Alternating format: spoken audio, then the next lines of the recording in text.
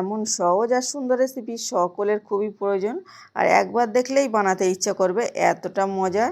আর আমরা অনেক সময় বিস্কিট বানাই, হয়তো ডোটা পারফেক্ট করি, কিভাবে ভাজবো কতক্ষণ ভাজবো এটা বুঝতে পারি না, বা বেক করা কতক্ষণ বেক করব, কেমন অবস্থায় তুলে নেব এগুলো বুঝতে পারি না বলে আমাদের পারফেক্ট হয় না। আসুন একদম সহজভাবে দেখে নেওয়া যাক খুবই কম সময়ে কিভাবে বিস্কিট বানিয়ে নিতে পারেন। এই নাস্তা বিস্কিটটা কিন্তু দোকানের বিস্কিটের থেকে বেশি টেস্টি হয়, আর এটা শুধু খেতেও দারুণ লাগে। বাচ্চাদের স্কুল টিফিনে দিলে কিন্তু বাচ্চাদের পেট ভরা খাবার, এটা বাচ্চাদের পেট ভরে যাবে। আবার হঠাৎ কোনো অতিথি এলে এই রেসিপিটা বানিয়ে নিতে পারেন, 10 মিনিটের মধ্যে পুরো রেসিপিটা রেডি করে নিতে পারবেন। একদম সহজভাবে দেখাচ্ছি আজকে। এখানে প্রথমে আমি আটা নিয়ে নিচ্ছি, এটা চালের গুঁড়ো নিলেও হবে, এমনি আটা যে কোনো আটা নিলেই হবে। তো আমি এখানে ময়দা নিয়ে নিলাম 2 কাপ পরিমাণ, আর সেম কাপের আমি হাফ কাপ চিনি নিয়ে নিচ্ছি। চিনিটা কিছুটা ছিল আস্ত, কিছুটা গুঁড়ো ছিল। আস্তটা দেওয়ার কারণটা পরে বলে নিচ্ছি। তারপরে এখানে একটা ডিম নিয়ে নিলাম, আর স্বাদ অনুযায়ী লবণ। মিষ্টি খাবারে একটু লবণটা কম কম দিলেই ভালো হয়, ওই জন্য 1 চিমটি পরিমাণ লবণ দিলাম। তারপরে ডিমটার সঙ্গে ভালোভাবে ময়দাটা মেখে নিতে হবে। একটু ডলে ডলে সময় ধরে মেখে নিলে কিন্তু এটা অনেক বেশি খাস্তা হয়, আর বিস্কিট এভাবে বানালে আমার তো মনে হয় বেশি ভালো হয়। অবশ্যই পুরো ভিডিওটা দেখবেন, তাহলেই বুঝতে পারবেন যে কতটা সহজ। আর এভাবে একটু সময় ধরে মেখে নিয়েছি, এমন ঝুরঝুরে হয়ে গেছে। এখানে আমি নারকেল নিয়ে 1 কাপ দেওয়া হয়ে গেছে, আমি খুবই দুঃখিত, আমি দেখাতে পারিনি নারকেলটা। 1 কাপ দিয়েছি, তো আমার 1 কাপে হচ্ছিল না, আমি আবারও হাফ কাপ দেবো। ভিডিওটা জানি না কিভাবে স্কিপ হয়ে গেল। তারপরে আমি আবারও হাফ কাপ নিয়ে আমি নারকেলটা অল্প অল্প করে দিয়ে নেব। এখানে কোনো রকম জল ব্যবহার করব না, জাস্ট নারকেলের সঙ্গে মেখে নেব। আমি বারবার এটাই দেখাচ্ছিলাম যে 1 কাপ নারকেল দিয়ে ওইগুলো মাখা হয়ে গেছে, আর অল্প একটু বাকি আছে, তো আমি অল্প অল্প করে দেবো। এখানে ডোটা খুব বেশি নরম করা যাবে না, ফ্রেশ নারকেল গোড়ার জন্য এটার টেস্টটা বেশি দ্বিগুণ বেড়ে যাবে। আবার এটা কিন্তু জল ব্যবহার করা যাবে না, আর একটু শুকনো টাইট টাইট করে একটা ডো তৈরি করে নিতে হবে। একটু হাতটা ভালোভাবে দেখলেই, মাখাটা দেখলেই বুঝতে পারবেন যে কেমন টাইট ডো। এটা এভাবে ধরে চেপে নিতে হবে। এটা খুব বেশি মসৃণ করে রুটি বেলার মতো করে ডোটা তৈরি করব না, তাহলে কিন্তু বিস্কিটটা ভালো খাস্তা হবে না, খেতে ভালো হবে না। জাস্ট মানে আমার এখনও ওই নারকেল থেকে গেছে আর কি। 2 কাপ নারকেল নিয়েছিলাম, আমার 1.5 কাপ নারকেল লেগেছে, নারকেলের গুঁড়ো মানে কোরানো নারকেল।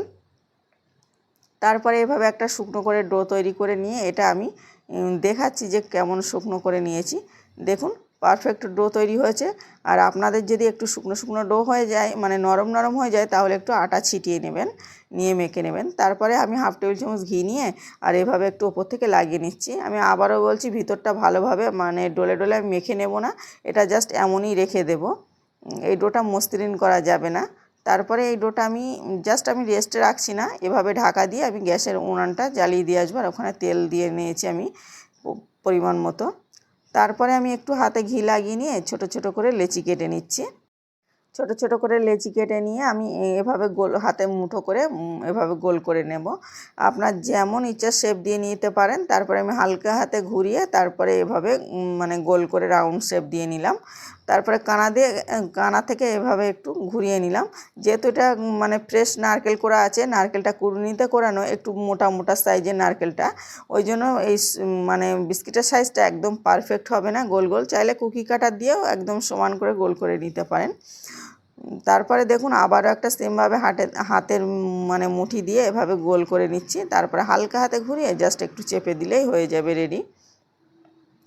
এটা কিন্তু যতটা সহজ, দেখেই বুঝতে পারছেন যে কতটা সহজভাবে বানাচ্ছি, আর ততটাই টেস্টি। এটা একবার হলেও অনুরোধ করছি বানিয়ে দেখবেন, আশা করছি সকলের ভালো লাগবে।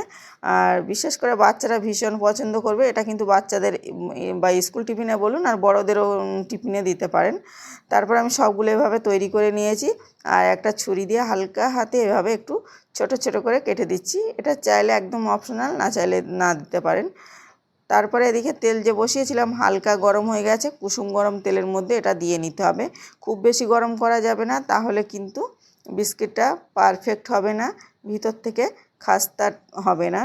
তারপরে দেখুন এভাবে একটা একটা করে দিয়ে নিলাম, আর একটু সময় পর পর এটা জাস্ট উল্টে নিতে হবে। যে ওই পিঠে কালার হয়ে গেছে তারপর উল্টে নেবো, 1-2 বার উল্টে নিলে কিন্তু এটা হবে না। এটা 6 থেকে 7-8 বার এভাবে উল্টে নিতে হবে, একটু পর পর উল্টাতে হবে আর ভাজতে হবে।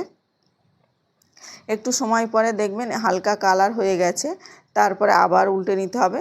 এটা কিন্তু অবশ্যই এই টিপসটা ফলো করতে হবে, যে একদিকে ভালো কালার হয়ে গেছে তারপর উল্টে নিচ্ছি, তাহলে কিন্তু বিস্কিটটা ভালো হবে না। এভাবে 7-8 বার আমি উল্টে পাল্টে সেঁকে নিয়েছি, একদম পারফেক্ট হয়েছে ভাজাটা। কালারটা এমন লোভনীয় চলে এসছে যখন, তখন আমি দেখুন এমন লোভনীয় চলে এসছে। আমার 7-8 বার ভাজার পরে কিন্তু এভাবে লোভনীয় কালার চলে এসছে। এখন আমি তেল ছেঁকে তুলে নেবো সবগুলো। আর এখানে চাইলে একটা টিস্যুর উপরে রাখতে পারেন, কিন্তু এই রেসিপিতে তেলটা বেশি টানে না, তাই জন্য এটা ডাইরেক্ট প্লেটের ওপরে রাখলেও কোনো অসুবিধা হবে না। একটু ভালোভাবে দেখলেই বুঝতে পারবেন আমি সবগুলো তেল ছেঁকে তুলে নিই। আপনাদের কেমন লেগেছে অবশ্যই বলবেন। আর আমার অনুরোধ রইল একবার হলেও ট্রাই করে দেখবেন, বাচ্চারাও ভীষণ পছন্দ করবে, বড়রাও পছন্দ করবে। ভিডিওটা ভালো লাগলে অবশ্যই লাইক আর সাবস্ক্রাইব করে আমার পাশে থাকার অনুরোধ করছি। যদি আজকের রেসিপিতে কোনো নতুন বন্ধু থেকে থাকেন অবশ্যই চ্যানেলটাকে সাবস্ক্রাইব করে পাশের অল অপশনটা ক্লিক করে দেবেন, তাহলে সবার আগে সহজ সহজ রেসিপি আপনার কাছে নোটিফিকেশান পৌঁছে যাবে, যখন ইচ্ছা দেখে নিতে পারেন। আর দেখুন এটা ঘরে থাকা সামান্য উপকরণে বানিয়ে নেওয়া। আর চিনিটা যে আস্ত দিয়েছিলাম সেটা চিনিটা এখন দেখুন ফুটে বার হয়েছে, তার জন্য অনেক বেশি লোভনীয় হয়েছে। কেমন হয়েছে অবশ্যই ভালো খারাপ সবটাই বলবেন আপনারা, আপনাদের বলার অপেক্ষায় থাকবো। সকলে ভালো থাকবেন, সুস্থ থাকবেন। আর ভিডিওটা দেখার জন্য ধন্যবাদ।